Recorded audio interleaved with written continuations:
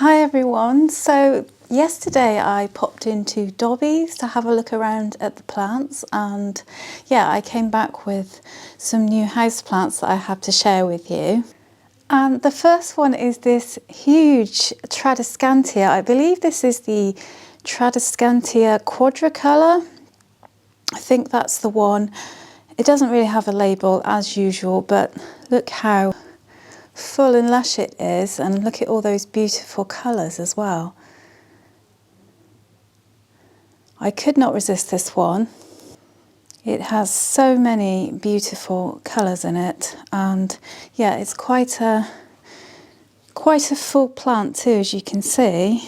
And it was between this one and there was also another type of Ripsalis there. I think it was a type of Ripsalis, but it was between that one and this one.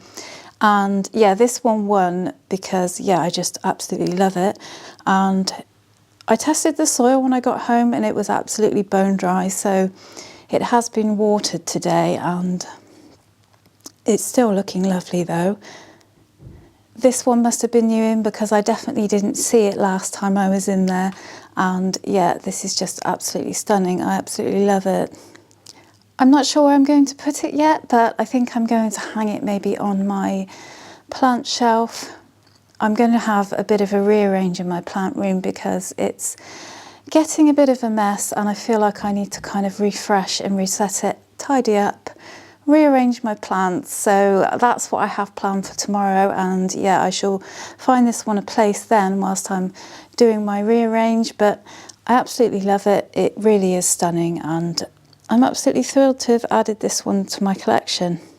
There was also a really big kind of cool cactus nearby that I saw. I think it might have been a type of a puntia, but it was huge. And yeah, if I was more into collecting spiky cactuses, then I definitely would have bought it. It was absolutely massive, but yeah, I don't have the best kind of light and stuff for cactuses. I guess I could give them grow lights, but I have so many kind of foliage plants that I want to give my grow lights to that I just don't really have room for them. And there were also some really cool snake plants too, some huge snake plants that I was really tempted by, but they were very big and very full and they were quite expensive. And yeah, I'm not really looking to get any more snake plants at the moment. They also had some really massive calatheas and I couldn't have bought them because obviously I'm really bad with calatheas and it would have been such a shame for me to have bought these massive plants home and ended up watching them slowly decline, but they were absolutely huge. I don't think I've ever seen calatheas that big before. They also had some anthuriums too, and again, I think anthuriums are really pretty, really nice plants, but I can't look after them. I can't get them to health. I can't get them to grow properly. So they're just not plants for me, even though visually I am drawn to them and I think they're really beautiful. But yeah, I can just kind of admire other people's. And they also had this really weird looking calathea that I don't remember having seen before. It's kind of beautiful, but it really stood out to me. I thought I'd seen most calatheas. Maybe I have seen it before, but I don't remember having ever seen this one, and I had to double check that it was actually a real plant because it looks so odd. It was nice for me to look at, but obviously I'm not going to buy a calathea, but I thought I'd get a shot of it for you just to show you the weirdness. Maybe some of you guys know about this one. I hadn't seen it before. And then the other thing I saw when I was there that was really interesting were these philodendrons. One of them is philodendron silver sword, which I already have, and I was tempted to get some more because I'm looking to plant some extra plants in the pot, but I kind of wanted to get something that I didn't have today. So I didn't get one of those, but next to it is a kind of burgundy looking philodendron. It almost looks a bit like a pink princess that's reverted. I don't know whether it's a new type or it's just a philodendron burgundy or whatever it is, but I was kind of tempted, but then the more I looked at them I thought, well, hang on a minute, do these just look like reverted pink princesses? And I wasn't quite sure, so I decided not to get one, and I went for something else instead, which I will share with you now.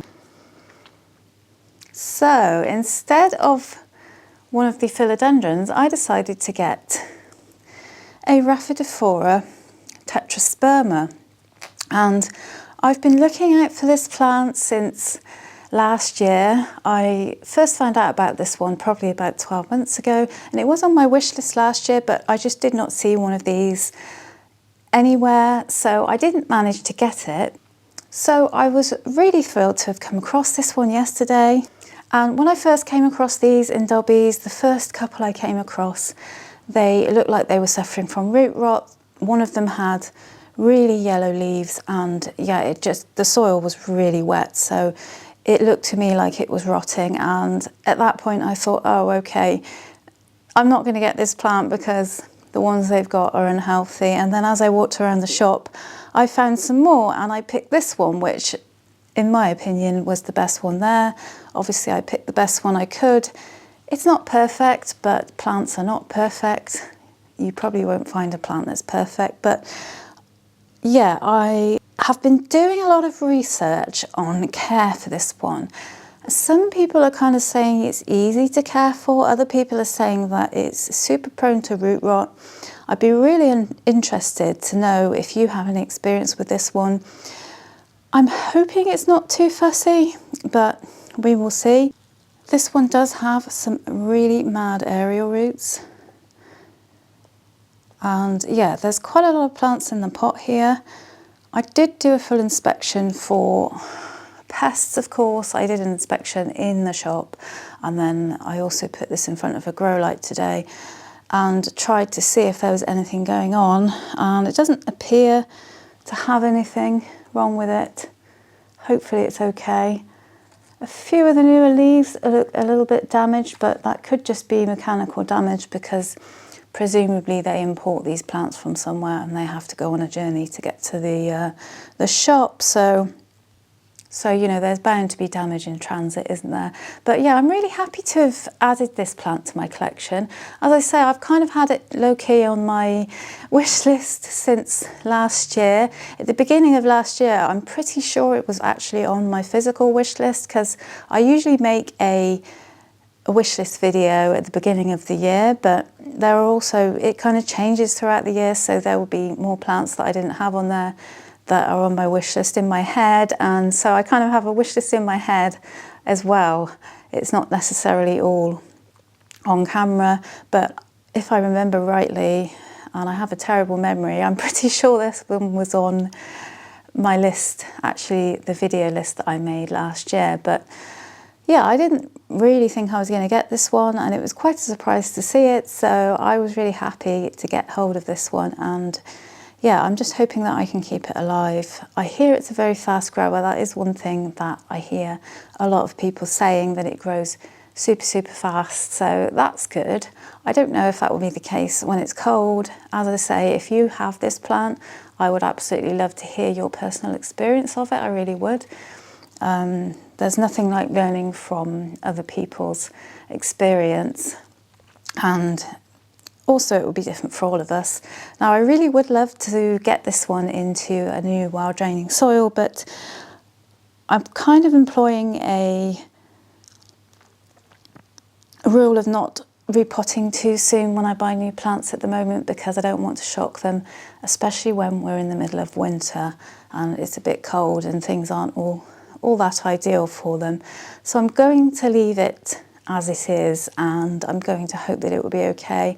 The soil is damp at the moment, so I certainly won't be watering, but yeah, I'm just hoping that this one really takes off and grows well for me, because it has been a plant that I've been admiring on social media, on other people's YouTube accounts. Emma from Good Growing has a really nice one, and I've been watching her videos since before I started my channel, and yeah, her tetrasperma is really gorgeous. So every time I see that one, it kind of reminds me that I would like one, and so I'm really happy that I managed to find one, and hopefully I'll be able to grow this one well. We'll see what happens. Another plant I was really tempted to get was, they had quite a wide selection of alocasia zebrinas.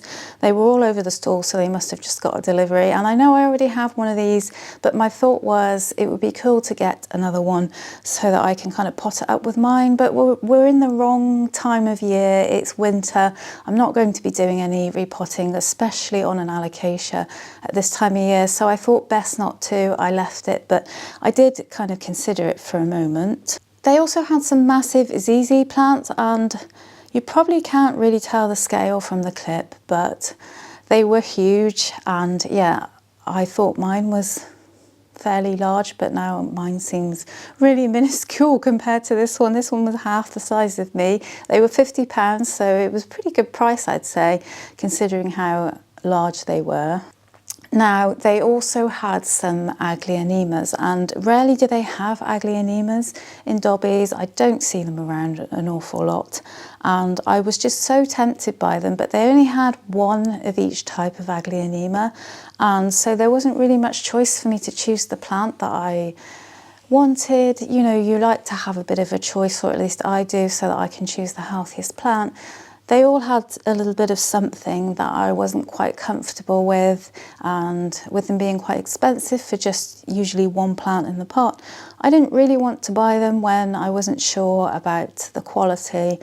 So I decided not to get them, and I'm kind of regretting it a little bit, especially the kind of lighter green with the pink going through. I can't remember what it was called now, but that was the one I was going to get. But as I say, it had what looked like possible burning from the sun on some of the leaves, but I wasn't sure, and as I say, I didn't really have much choice. I couldn't have looked for another plant, so I decided not to. And it's a real shame because, as I say, you don't really see Aglionemas all that often in garden centres, or at least not in Dobbies anyway. So it's a shame that I couldn't have got one. But yeah, I just like to be able to choose my plant when I go plant shopping. I like to be able to pick the healthiest one. And so another plant I was super tempted by was this Maranta Silver Band, I think it's called. And I was really tempted by this.